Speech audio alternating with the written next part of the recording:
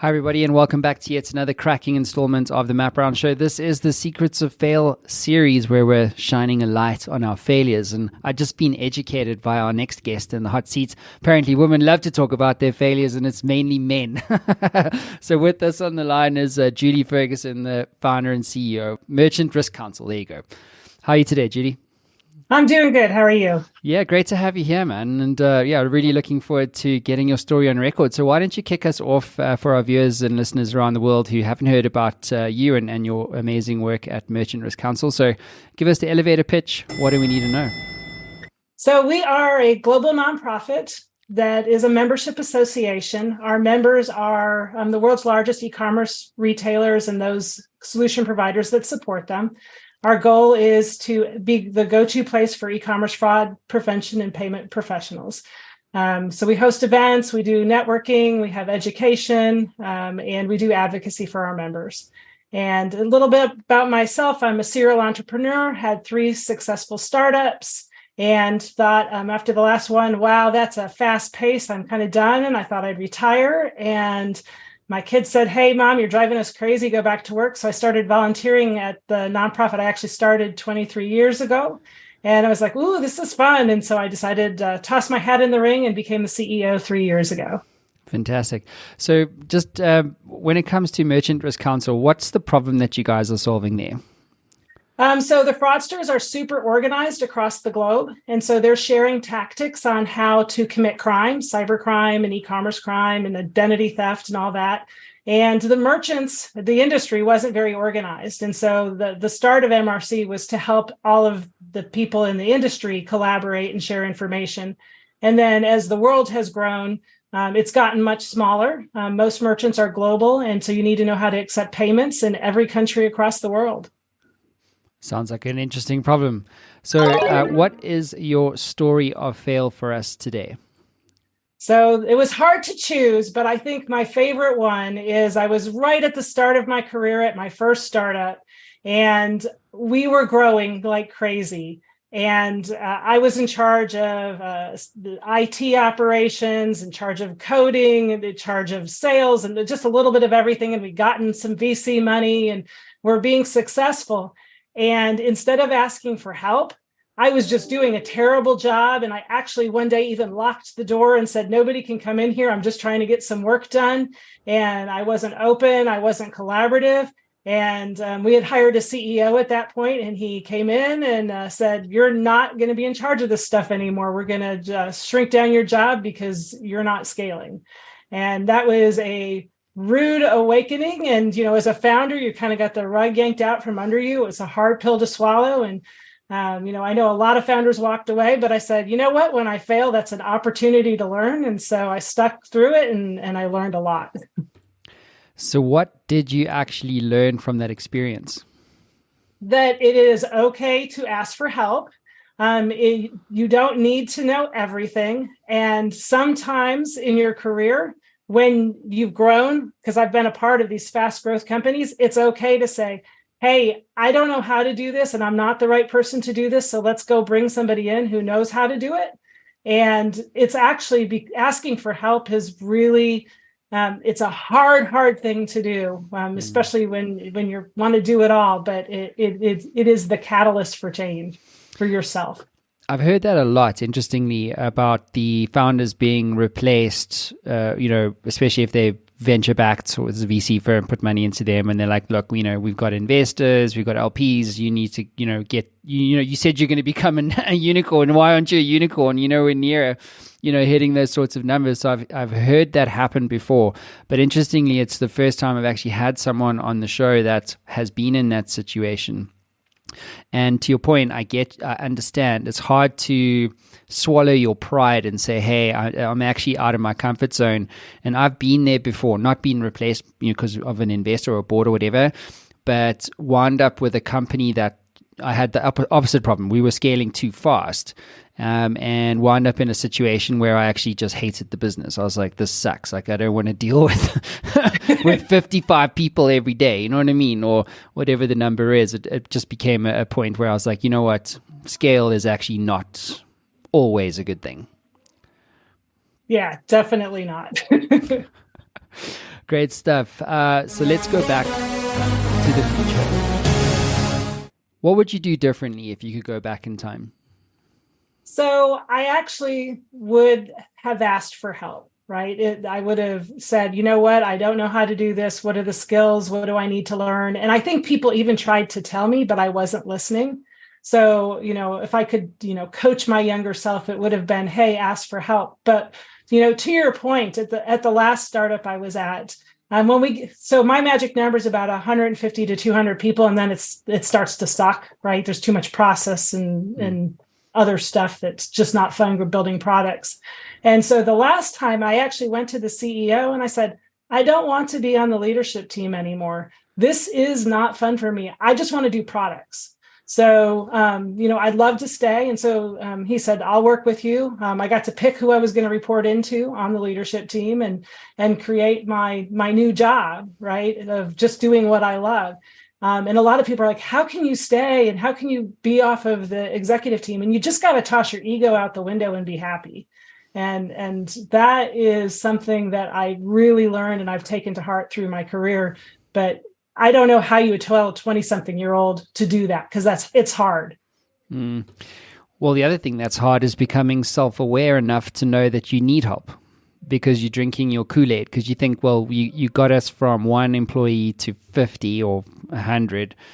Now, I'm not the right guy, or I'm not the right girl. You know what I mean? Like it actually takes a certain degree of emotional intelligence, I guess, to recognize that, hey, I'm not the right captain of the ship anymore.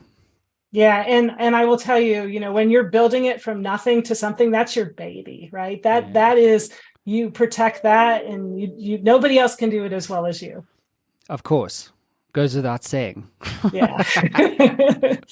Yeah. It's a tough thing.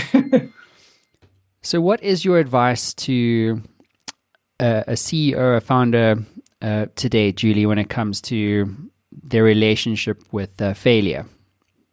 To embrace it. So, actually, when I'm talking to my board now, I say one of my biggest challenges is I don't get enough negative feedback. It's hard when you're, running the company to be down in the weeds and see the parts that are failing. And so not only, enjoy and embrace when somebody comes to you with negative feedback or, hey, this is failing, but actually reward them. And one of the phrases I use a lot at the MRC is, it's a safe place to fail. That's actually something I learned in Scouts. Both my kids are Eagle Scouts and, been a part of that for a long time. But creating that safe environment where it's okay to say, hey, I'm failing, or hey, this is failing and I need help fixing it is really important. And so as a leader, when I screw something up, and I do it epically on a regular basis, I raise my hand, I apologize, and I either say, hey, I need help, I don't know how to fix this, or here's my idea on how to fix this. What do you guys think? And by leading by example is really, really powerful, because then other people do come to you and say, this is really messed up, Julie. We need to work on it. Or I've had somebody come to me and call me at 9:00 at home. I just really messed this up, and I knew it was okay to call you, but I just wanted to get it off my chest so I could sleep tonight. Right. So that's the kind of environment that I like to work in. And that's, to all CEOs, that's the environment we need to create. So let's double click on that. How do you create a culture that is safe? Because if you're the CEO, no one's going to, well, let's just say most people, 99 times out of 100, are not going to tell you suck to your face because you're the CEO. So how do you create this culture of trust where it's okay and it's safe to tell the CEO, hey, you sucked at this thing, or you made a mistake, or you failed? Like, you know what I mean? Like, to be candid and transparent and authentic. I think it takes time. So among my leadership team, we all joke around at the start of our leadership team meeting and say, okay, who screwed up what? And we kind of share, what's been going on, and just building that culture and showing people that, hey, when things get messed up, if you share, there aren't consequences. And then they take that down to their teams and do it with their teams and their team meetings. And then very soon, you end up with that culture. Mm-hmm. Julie, do you read or recommend any books or tools or resources for other CEOs to use on their journey?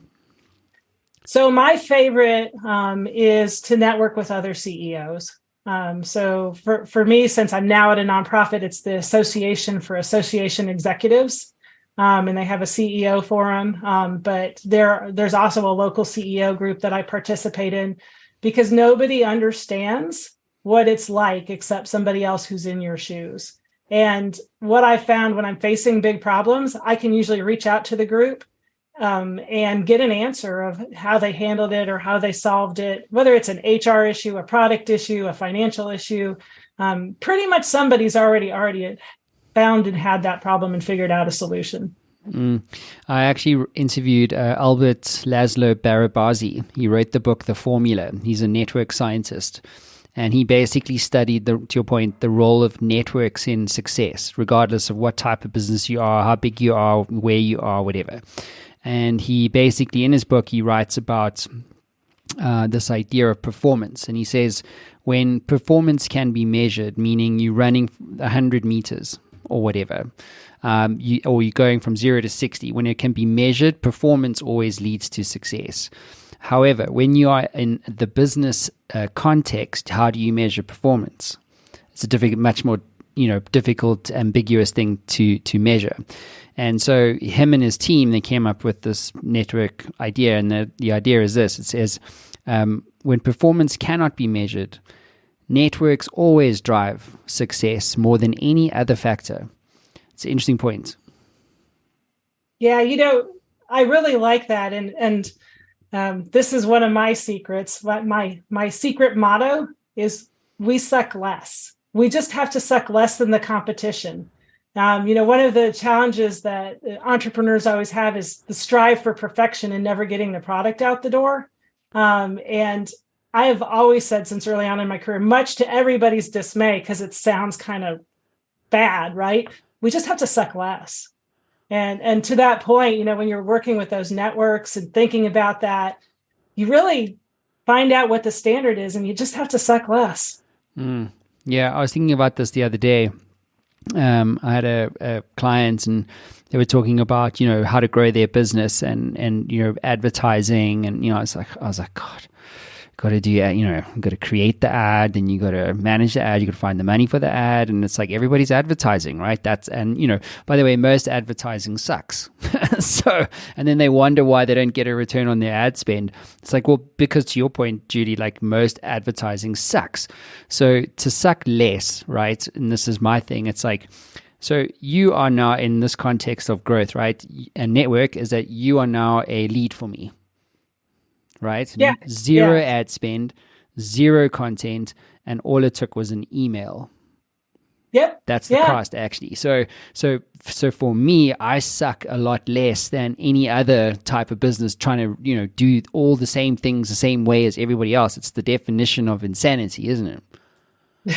It is. It absolutely is. It's people don't recognize when they're in that mode. Yeah. It's podcast people telling you, change your life. Julie, that concludes your time in the hot seat. Thanks for being on the show and being vulnerable. I appreciate you for that.